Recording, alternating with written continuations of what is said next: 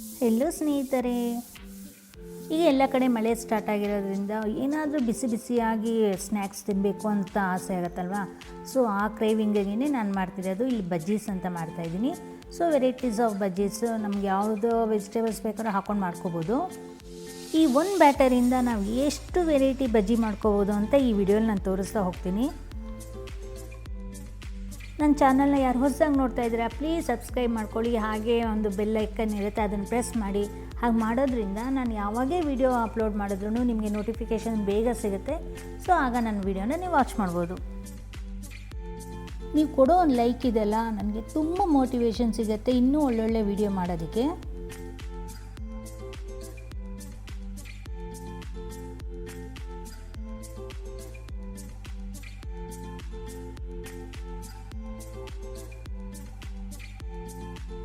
ಈಗ ಇದಕ್ಕೆ ಏನೇ ನಾನು ಪದಾರ್ಥ ಆ್ಯಡ್ ಮಾಡ್ತೀನಿ ಅಂತ ನೋಡ್ತಾ ಹೋಗೋಣ. ಇಲ್ಲಿ ನಾನು ಕಡಲೆ ಹಿಟ್ಟು ಹಾಕಿದ್ದೀನಿ, ಮತ್ತು ಕಾರ್ನ್ಫ್ಲೋರ್ ಹಾಕಿದ್ದೀನಿ, ಅಕ್ಕಿ ಹಿಟ್ಟು ಹಾಕಿದ್ದೀನಿ, ಇವೆಲ್ಲ ಹಾಕ್ಕೊಂಡಿದ್ದೀನಲ್ವ.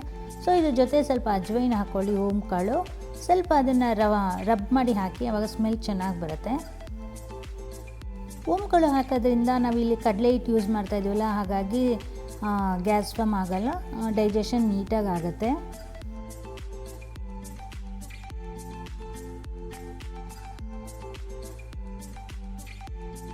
ನಾವಿಲ್ಲಿ ಅಕ್ಕಿ ಹಿಟ್ಟನ್ನು ಮತ್ತು ಕಾರ್ನ್ಫ್ಲೋರ್ ಎರಡೂ ಹಾಕಿದ್ದೀನಿ. ಕಾರ್ನ್ಫ್ಲೋರ್ ಹಾಕೋದ್ರಿಂದ ಏನಾಗುತ್ತೆ ಅಂದರೆ ಕ್ರಿಸ್ಪಿನೆಸ್ಸು ಮತ್ತು ಮೇಲ್ಗಡೆ ಒಂಥರ ಶೈನ್ ಅನ್ನೋದು ಬರುತ್ತೆ, ತುಂಬಾ ಚೆನ್ನಾಗಿರುತ್ತೆ ನೋಡೋದಕ್ಕೂ.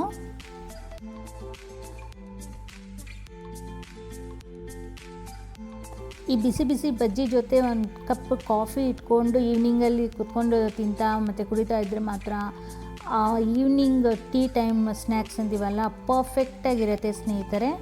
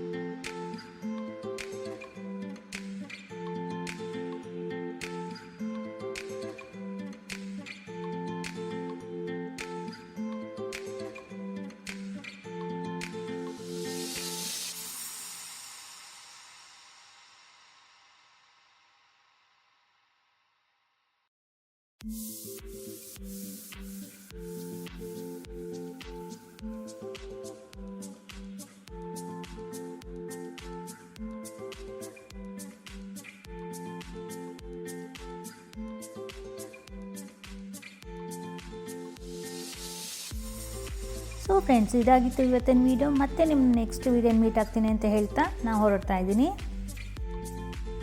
Thanks for watching friends.